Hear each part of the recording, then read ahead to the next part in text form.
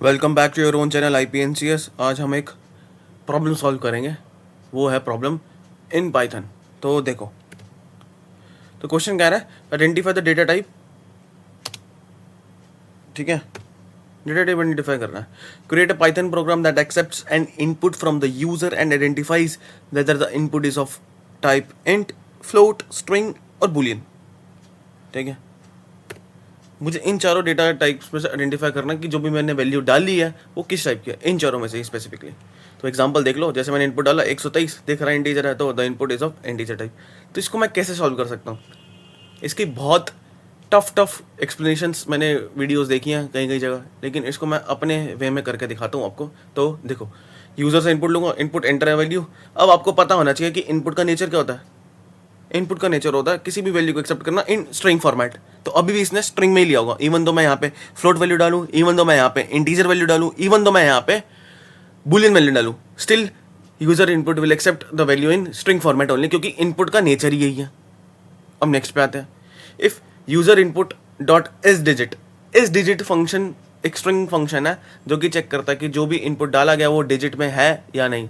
अगर वो specifically digit निकली, दैट मीन्स होल नंबर निकला, तो क्या हो जाएगा, प्रिंट हो जाएगा the input is of type int. Next, elif. जब इफ मेरी गलत हुई तभी तो मैं एलिफ के ऊपर होवर करूंगा। अब सपोज करो मैंने फ्लोट वैल्यू डाली, तो अब एलिफ पे आऊंगा, यूजर इनपुट डॉट रिप्लेस।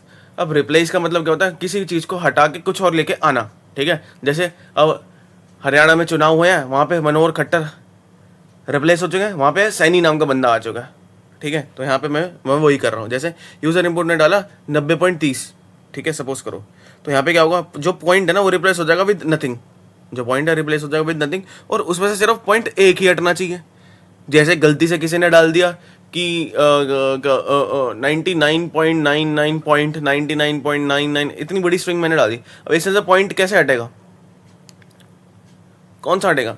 अगर मैंने इसमें कॉमा 1 ना लिखा था ना, सारे के सारे डॉट रिप्लेस हो जाते विद नथिंग, क्योंकि मैंने एम्प्टी स्ट्रिंग डाला है। बट अभी मैंने कॉमा 1 लिख दिया, दैट मीन्स सिर्फ पॉइंट जो है ना डला हुआ है वो एक ही हटे। और डेसिमल में तो कितने पॉइंट होते हैं, डेसिमल वैल्यूज में जो फ्लोट वैल्यूज होती हैं एक ही तो पॉइंट होता है, तो वही तो मैं हटवाना चाहता हूँ। तो इसमें मैंने कॉमा 1 लिख दिया, और अब वो इस डिजिट निकला। अगर वो इस डिजिट निकला तो वो भी क्या हो जाए, the input is of type float. अब सपोज करो बंदे ने ट्रू फॉल्स डाला, बुलियन वैल्यू है, तो वो चेक कर लेता है। Elif user input dot lower, इसको तो लोअर में कन्वर्ट करता हूँ, ट्रांजिशन हो जाए लोअर में। अब मैं मिक्स्ड अल्फाबेट्स में डालूँ, कैपिटल अल्फाबेट में डालूँ, इवन दो स्मॉल में डालूँ, वो सब लोअर में कन्वर्ट हो जाएगा। और वो बिलोंग करे इन इस लिस्ट की, या तो ट्रू में बिलोंग करे या तो फॉल्स में। इन ट्रू या फॉल्स में रिस्पॉन्स करता है। अगर मैंने यूजर इनपुट डाला होता ट्रू, वो चेक करेगा ट्रू लोअर होके इसमें है, हाँ है, तो यहाँ पे आ जाएगा the input is of type Boolean. अब इन तीनों में से मेरी कोई भी कंडीशन ट्रू नहीं हुई तो क्या होगा, एल्स पे तो जाऊंगा। एल्स पे क्या मिल गया मुझे, the input is of type string. तो इसको अब चेक कर लेते हैं, control S FN F5। Now see the magic, enter value मैंने डाला 67.90, फ्लोट वैल्यू है तो लिखा हो जाएगा the input is of type float. दोबारा रन करके देख लेते हैं कि मैंने सही डाला नहीं डाला, कंट्रोल एस FN F5। अब मैं डाल देता हूँ जसमानक, क्या है, स्ट्रिंग है ना,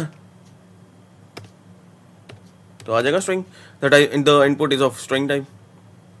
नेक्स्ट, एक इंटीजर वैल्यू डाल के, नहीं चलो बुलियन वैल्यू डाल के इस वीडियो को यहीं पे वाइंड अप करते हैं। बुलियन वैल्यू है, देख लो, the input is of type bool. तो आई होप आपको ये प्रॉब्लम समझ आएगी कि इसको कैसे करना है। तो अब मिलते हैं नेक्स्ट वीडियो में, टिल देन कीप लर्निंग।